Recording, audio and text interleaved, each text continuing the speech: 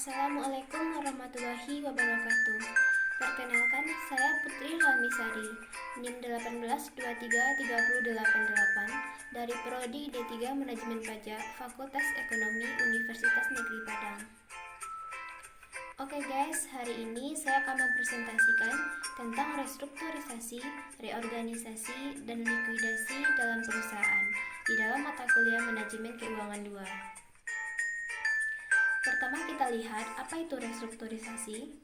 Restrukturisasi perusahaan merupakan kegiatan untuk merubah struktur perusahaan. Contohnya, restrukturisasi perusahaan merger akuisisi. Lalu apa alasan perusahaan melakukan restrukturisasi? Alasan pertama yaitu perusahaan menanggung biaya operasi yang lebih besar dari penghasilan operasinya. Yang kedua, perusahaan menghadapi kesulitan-kesulitan masalah keuangan. Lalu, bagaimana proses restrukturisasi perusahaan? Proses restrukturisasi perusahaan terjadi dalam 4 tahap.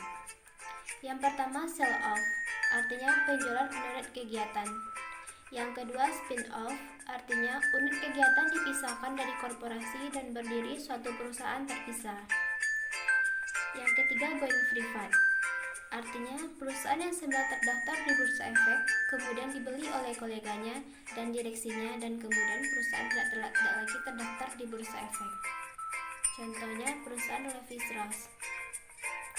Yang keempat, leverage buyout, artinya pembelian kembali saham-saham dengan dana pinjaman melalui pihak ketiga. Bisa dengan melakukan pinjaman kepada bank dan juga bisa dengan melakukan penerbitan obligasi.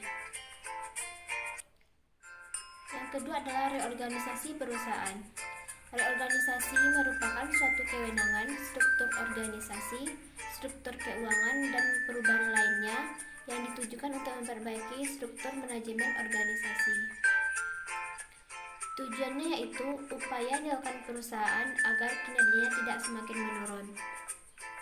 Serta alasan terjadinya karena perusahaan masih mempunyai kemampuan operasional yang cukup, namun situasi ekonomi sedang berada dalam kondisi yang kurang menguntungkan. Lalu bagaimana proses reorganisasi perusahaan? Proses reorganisasi perusahaan terjadi dalam 3. Yang pertama, reorganisasi finansial, artinya penekanan pada biaya-biaya yang sifatnya biaya tetap.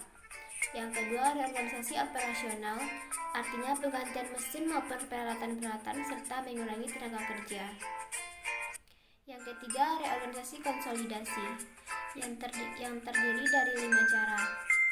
Yang pertama, melakukan penghematan biaya. Yang kedua, menunda rencana ekspansi. Yang ketiga, menjual aktiva-aktiva. Yang keempat, memanfaatkan kas yang ada. Dan yang kelima, divisi atas unit bisnis jangan dihilangkan. Yang ketiga adalah likuidasi perusahaan.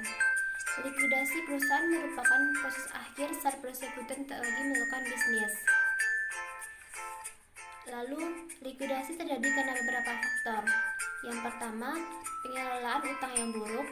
Yang kedua, tingkat likuidasi yang rendah.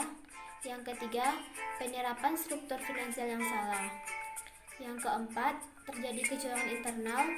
Yang kelima, ambisi pemegang saham saat kondisi pilot.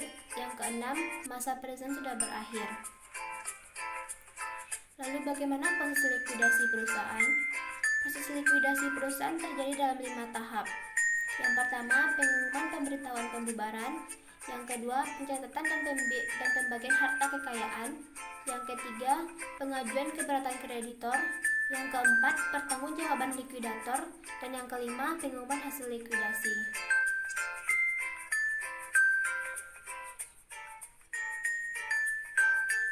Oke guys, hanya itu yang dapat saya presentasikan. Semoga bermanfaat bagi kita semua.